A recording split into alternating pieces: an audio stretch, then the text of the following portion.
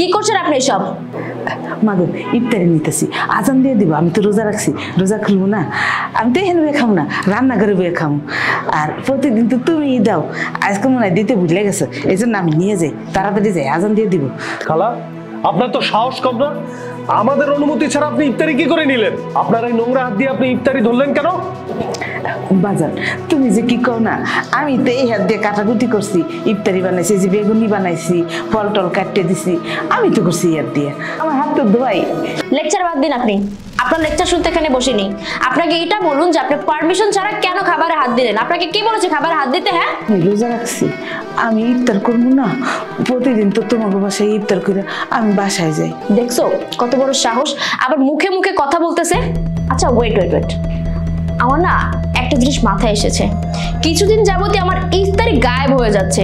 আমার কি মনে হয় জানো, উনি তাড়াহুড়ো করে এখান থেকে ইফতারিগুলো নিয়ে যাচ্ছিল, কারণ এগুলো নিয়ে উনি বাসায় যাবেন। আজকে না আমি বুদ্ধি করে সব খাবারগুলো ডাইনিং এ নিয়ে এসেছিলাম, এই জন্যই ও চুরি করার সুযোগটা পায়নি। তাই এখান থেকে তাড়াহুড়ো করে নিয়ে যাচ্ছে, যাতে আমরা কিছু বলতে না পারি, বুঝতেও না পারি, তাই না?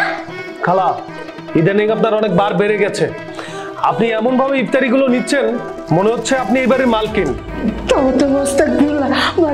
এগুলো তুমি কি করতেছো?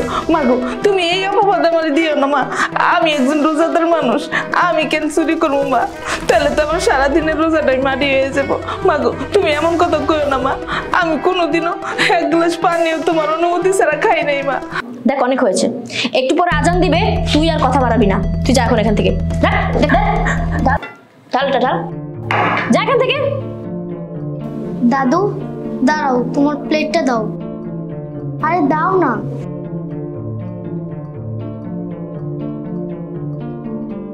সিয়া কি করছো তুমি এসব? আমি দাদুকে ইফতারি দিচ্ছি। তোমাকে আমি একবার বলেছি খাবার দিতে আমাকে। তোমরা যেইভাবে দাদুর সাথে কথা বলছো তাতে তো দাদু অনেক কষ্ট পাচ্ছে। তোমরা যদি এখন দাদুকে ছাড়া ইফতার করো তাহলে আমিও ইফতার করব না। তোমরা অনেক পচা। দাদু ভাই, মা বাপের সাথে এমন করে কথা কইতে হয় না, মা বাপরে পচা কইতে হয় না, তাহলে আল্লাহ নারাজ হয়। বাবা বুঝতে পেরেছি তুমি কি বলতে চাইছো। তোমাকে আর আমাদেরকে লজ্জা দিতে হবে না, আমরা আমাদের ভুলটা বুঝতে পেরেছি। আসলে আমরা তোমার দাদুর সাথে একটু বেশি খারাপ ব্যবহার করে ফেলেছি, যেটা এই পবিত্র রমজান মাসে করা আমাদের উচিত হয়নি, তাও আবার ইফতারি সামনে রেখে।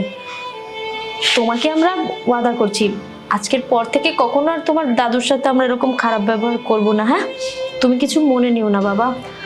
আর খালা উই আর সরি, আসলে আমরা একটু বেশি খারাপ ব্যবহার করে ফেলেছি আপনার সাথে, আপনি কিছু মনে নিন না প্লিজ। হ্যাঁ বাবা, তুই ঠিকই বলেছিস। আমরা আসলে তোর দাদুর সাথে অনেক অন্যায় করেছি, যেটা আমাদের করা ঠিক হয়নি। আর তুই আমাদের অনেক বড় শিক্ষা দিয়েছিস বাবা। এই ব্যাপারগুলো বাইরে কাউকে বলার দরকার নেই।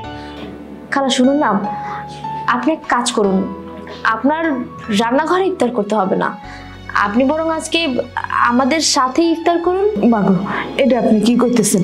আমি এখানে বই ইফতার করতে পারবো না আপনার লগে। খালা আপনি ইতস্তত বোধ করছেন কেন?